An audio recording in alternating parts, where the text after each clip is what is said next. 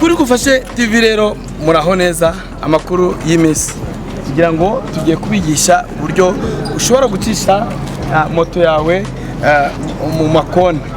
Ubwo rero iki nicyo kizamini cyitwa ikizamini cy'amakoni. Kurikira rero murebe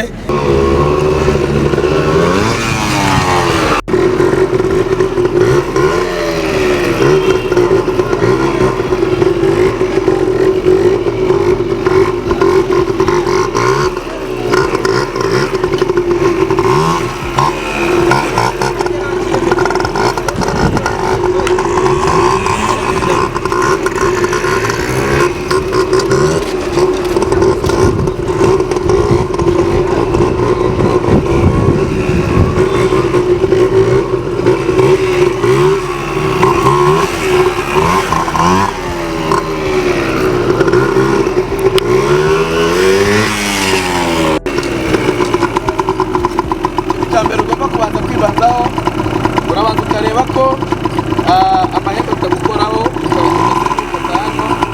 ubona gukoraho ukazamura ugapima impande zombi ubona gukoraho urebye usanga uburyo twiza ino moto muri ano makoni.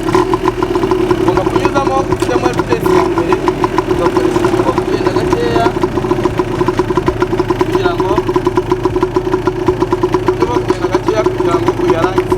Ano makona abarari ubwo rero ikizamini kiba ari ugutambuka ukagenda ukongera ukanagaruka. Rero ikosa ni ukugonga ikona cyangwa se ugakandagira hasi. Ubwo nindamuka nkandagiye hasi ndabatsinzwe, nindamuka ngonze ikona ndabatsinzwe. Ubwo turebe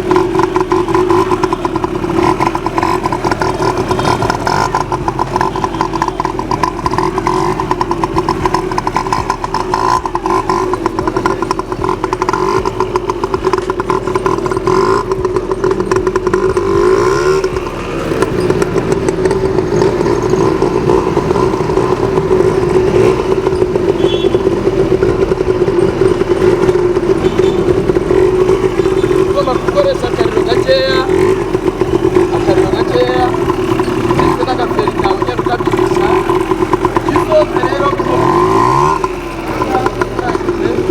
gukora kubona byacu rero kuri ubutsinze ikiganza cyawe ubukirangurisha. Murakoze rero kuri Gufashe TV tuzagaruka tubereke ibindi, ariko rero mbereke gakodyo ushobora no gucamo wihuta cyane nta kibazo ukanga batishizemo reka ncemo nihuta basi turebe.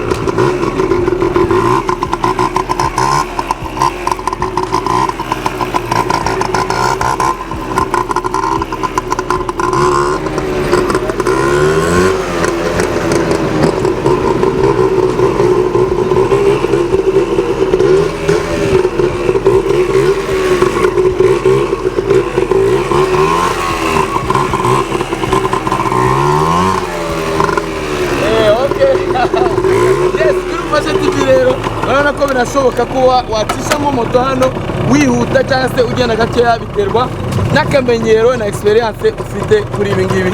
Murakoze cyao cyao, tuzagaruka ku zindi video zikurikira ndetse kuri moto yacu tuyisobanukirwe neza, tumenye ibyayo n'uburyo dushobora kwigisha umunyeshuri kona ahahera kugira ngo abashe kugera kuri urwego rw'ikizamini. Ahangaha rero haba harimo metero imwe na santimetero 20. Murakoze.